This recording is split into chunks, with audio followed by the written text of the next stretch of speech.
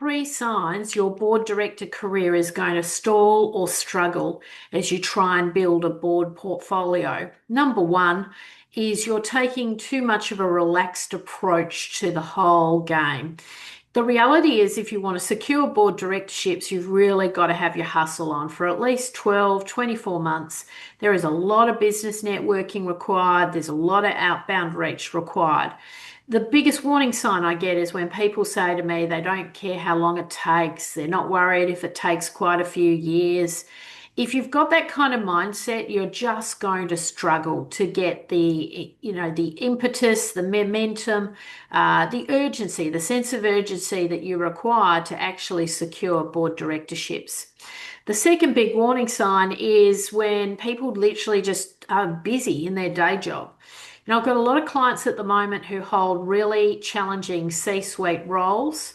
They are literally in back-to-backs all day. They're struggling to just keep head above water. The companies they're working for might be undergoing some form of business transformation or critical project or some sort of scenarios going on that's really ramped up the work levels.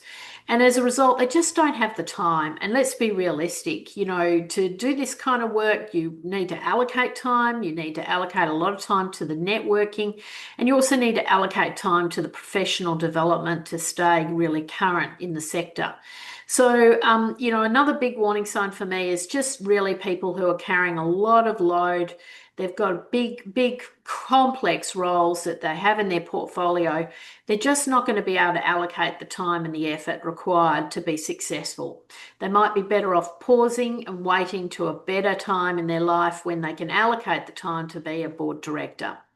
And then the third sign, which is a huge warning sign to me, is, and the reason why most people really fail in this sector is they just don't have a business network and they don't fundamentally like networking. I meet so many people who really just don't like going out, meeting new people, putting themselves out there, particularly when you're starting to deal with chairs, non-executive directors, really senior people who are captains of industry and not having the confidence or the wherewithal to really approach those people. Because if you don't approach those people and build personal relationships with them or have no mechanism to build a relationship with those kinds of individuals, you're going to struggle. So they're the three key things that I see really holding people back from success. They just don't have the get up and go to allocate the energy required to build a successful board portfolio. They're either very committed in their current world, whether that be a big C-suite role, and they just don't have the time to allocate. And then finally, they're really struggling with the networking piece and they just don't have the relationships. Now, potentially there's workarounds around those three key areas, but they're the areas that I see tripping people up on a consistent basis. And so I think before you go down and embark on this pathway, maybe in 2026, take a good hard look at where you're at, what's the reality check. You really cannot afford to go into this with rose-colored glasses.